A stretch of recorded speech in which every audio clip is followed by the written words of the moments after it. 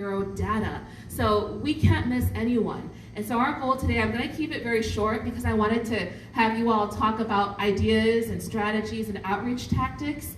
But you all in my room, I used to be a teacher. You are my A+ students. This is the honors class. So you're going to go back and teach your folks and really convey that message, because people are going to come up to you every day and go, I don't know what this forum is about. When is this happening? Do I really care? How does this impact me? And so I have to equip you with the right knowledge and tools so that you feel confident to explain to them in a manner that is correct, right? Because there's a lot of information out there, but that information, I'm from the Census Bureau.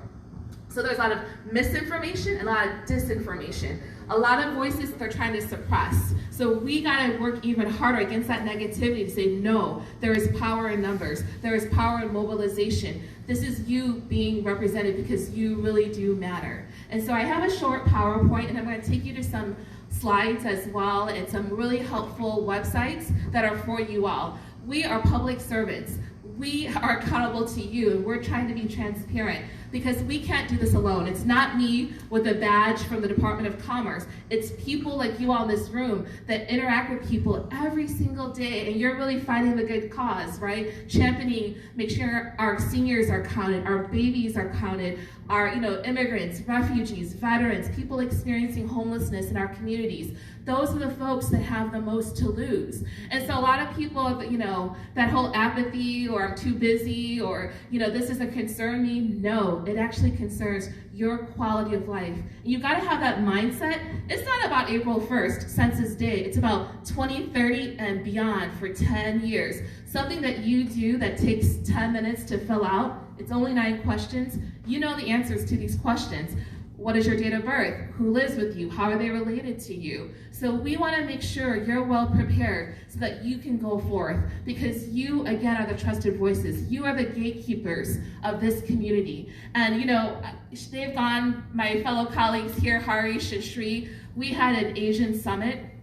And so a lot of we do outreach to, if you didn't know, to congressional folks. So we've, Congressman Krishnamurthy and State Reps Billy Valum, we've met as well, and many other folks. Our governor we work with. Governor Pritzker allocated $29 million in Illinois to this census. Did you all know that Illinois spent the most money of any of the states on this upcoming count? Because we want to make sure every single Illinoisan is counted.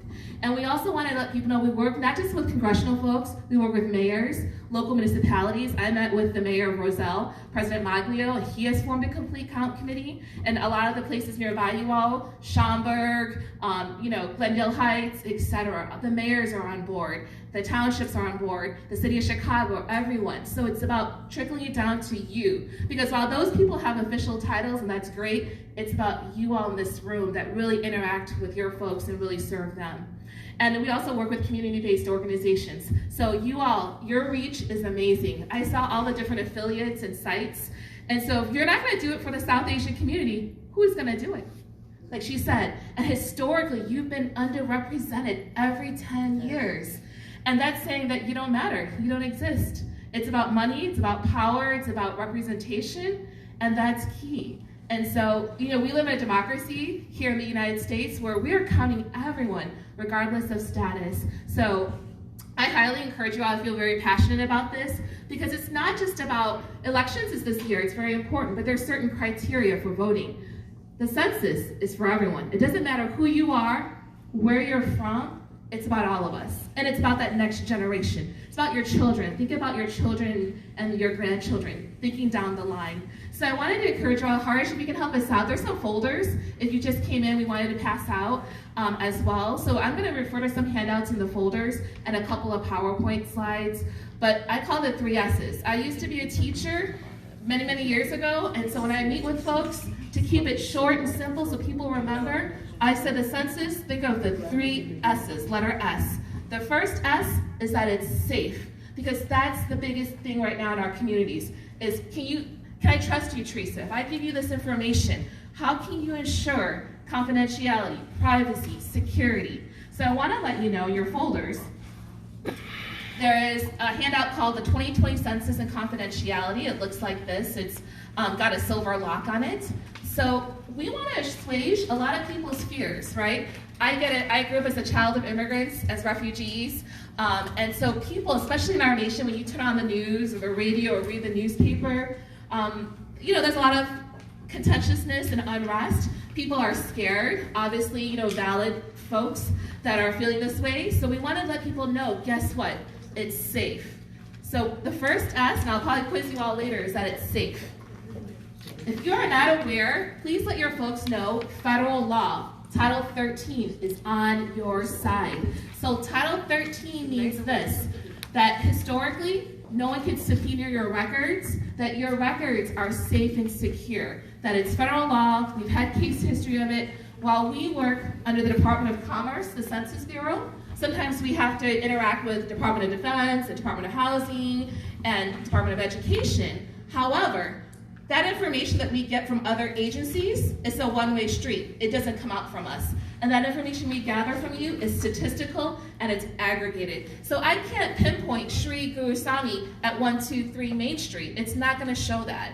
And for us as well, myself included, any of those folks that knock on your door, right, if you didn't fill out the form or didn't complete it, or me or anyone from the Census Bureau, we take an oath for life. And so our first day of work, we are sworn to your privacy and data stewardship.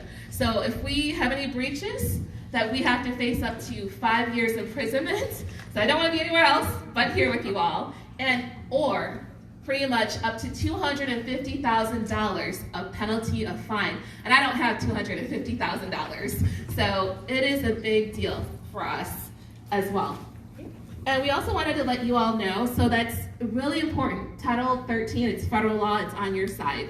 The second thing is that for any of us that do, it's a very big deal, folks that do 23andMe and genealogy and your family tree. I don't know if any of you all do that, trace your lineage.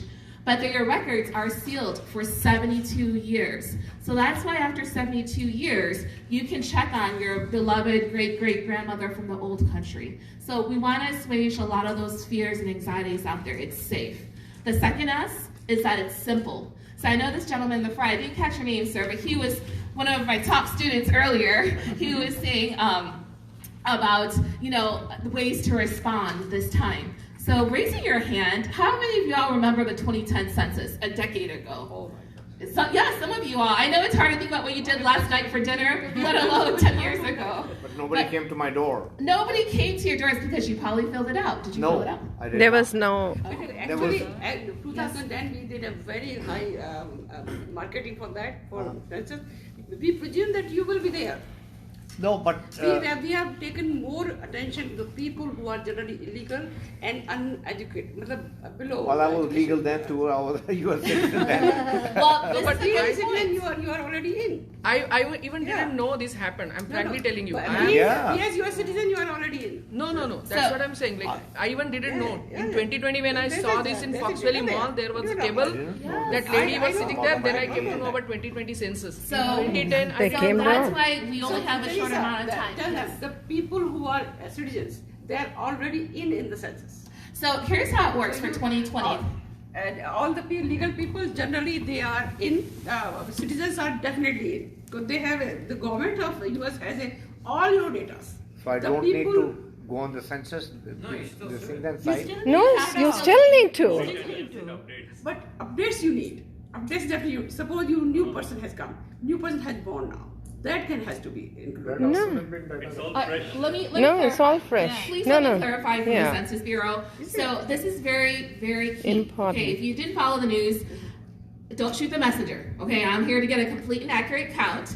And so it's to count everyone once, only once, and in the right place. So what happened was this. Last year, it's been very contentious. People have made it very political. We are nonpartisan, okay? Yeah. So our goal, again, is to get that complete and accurate count. Exact number. But the exact numbers. So that's it, no more, Some no have less. gone up. But So if you follow the that's news, in June of citizenship last year, not- right, we had the Supreme Court, our highest court in the nation, decided that the citizenship question will not, I repeat, will not be on there. And you have to let your folks know, especially in our immigrant communities and refugee communities, that while we are under the Department of Commerce, it's a federal agency that I work for, we do not report your information to any local nor federal law enforcement agency. So the information that we gather does not go to FBI, CIA, IRS, Homeland Security, ICE, even the local police. So, and we are counting everyone, regardless of your status. If you live in this nation right now, right, April 1st is Census Day, you are being counted. It doesn't matter, like I said, your status, because it's everyone residing in the United States. And if you didn't even know this, the census actually did start, not even April 1st. January 21st, in remote Alaska, Tooksik Bay, right, last month, we went out to remote Alaska and we counted the villagers in this village. So the census actually started. We count remote Alaska, we go to tribal lands, tribal reservations, we go to Puerto Rico, overseas territories like Guam, etc. So it is ever, and this is the largest, congratulations, you are taking part, you didn't even know it, and the largest mobilization of people during peacekeeping times every 10 years. So this is it for us. And literally, every single person in this room, everyone that you see outside, we are counting them. That is major. And we'll talk about the differences. There are some differences between 2010 and this 2020 census. Mainly, that is the option to respond online. So the second S, I said it was simple. It's because it's 10 minutes, 9 questions. I can even show you. That questionnaire is online for you all to take a look at. I would appreciate that. So how will you get the questionnaire?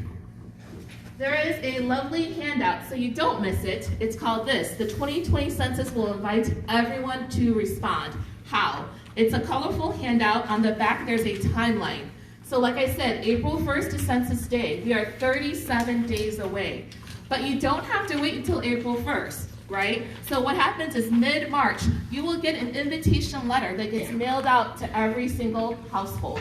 I don't know who lives in your household. It'll be very general. It'll say household 123 at Main Street. So when do you get that invitation letter? March 12th through the 20th. So we are less than a month away from that mailing, right? From March 12th. As soon as you get that invitation letter to respond, you can immediately go online or call in to respond. After the 4th mailing, so it's invitation letter to respond that gets mailed out to your house, letter, postcard, letter, postcard. By the 4th try, if we haven't heard from you, you will get a paper copy. But that is not automatic that you will get a paper copy this time around. So in 2010, we didn't have that internet option. But now with technology, we can call in or get that paper copy. That invitation letter has a census ID on it. And so people ask me, human nature, we forget, we lose things, we misplace it. Can I still answer the questionnaire without the ID, the census ID? Yes, of course. You just need to know your address. Everyone knows their address, right? So we want to make sure you keep that invitation letter, and I will show you what it looks like from the website. What you need to do is, my folks in this room, make a copy of that invitation letter, and you need to show it to all the folks that you work with. Most of us, when we get stuff in the mail, it's junk. You throw it away. But you've got to make sure you see this invitation letter, because that's the goal, that you can go online and start responding. So the 3 ways that you can start responding: you can get a paper copy. If you get a paper copy, that is only available in English or in Spanish. If you decide that you want to do it online or over the phone, there are 12 official languages. And I'm going to have you scroll down. If you don't mind, it's a couple of slides, and just keep going in. You'll see 12 official languages in a second. Perfect. So these are the 12 official languages up here. Do you see where it says Spanish all the way to Japanese?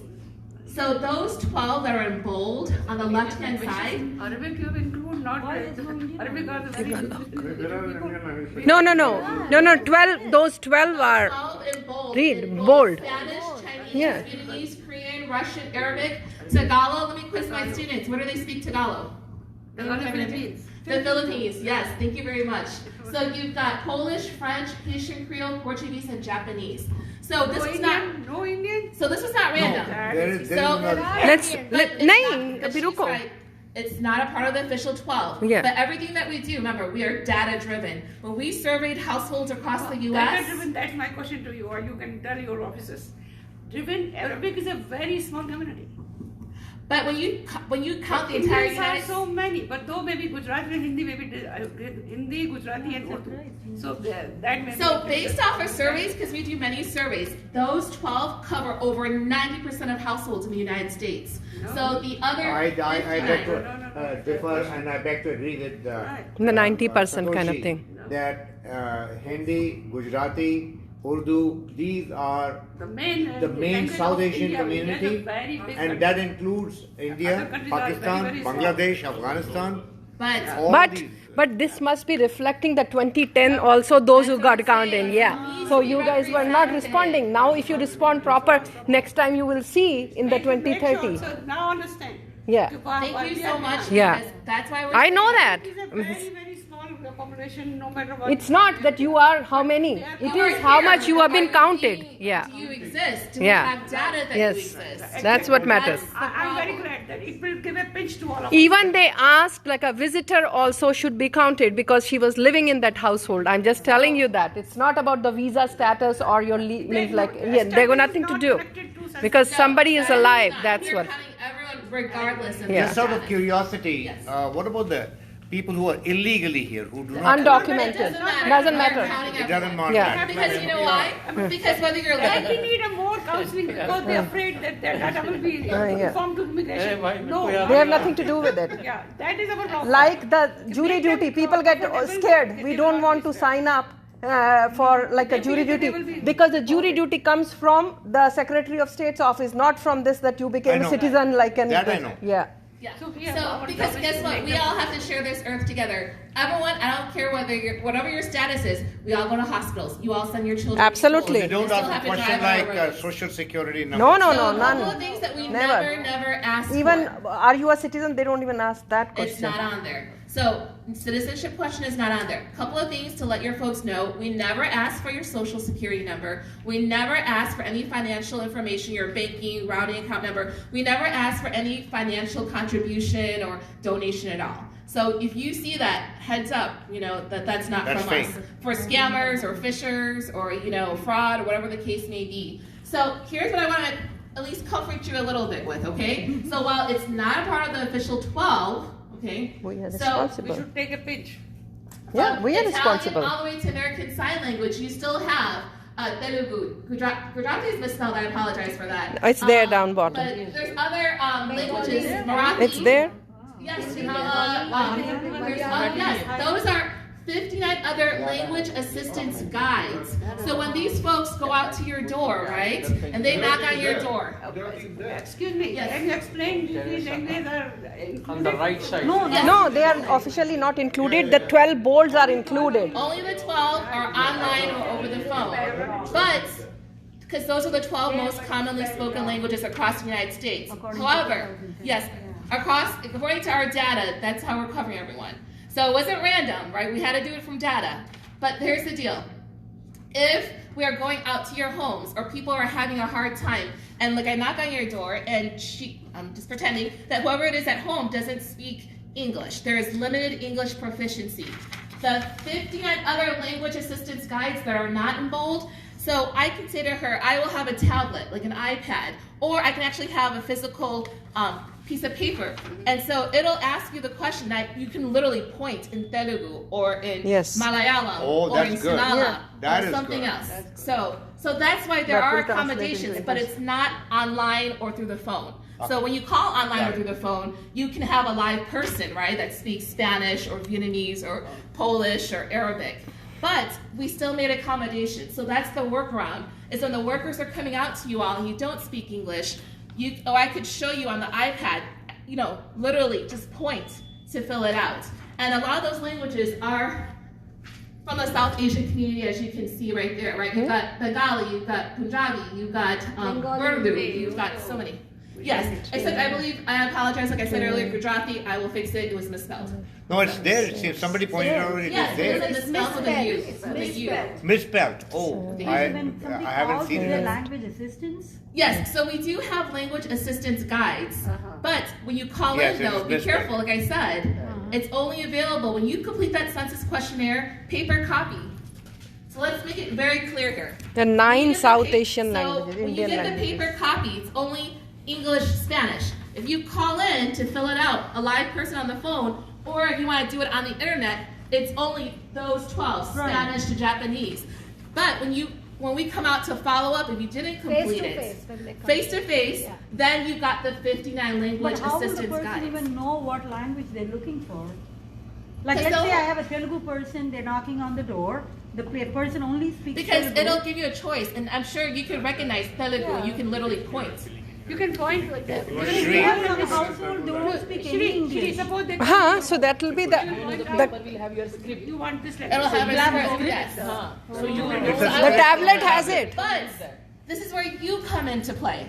Because guess what? I need you all to help translate. Okay. I need you all, we'll talk about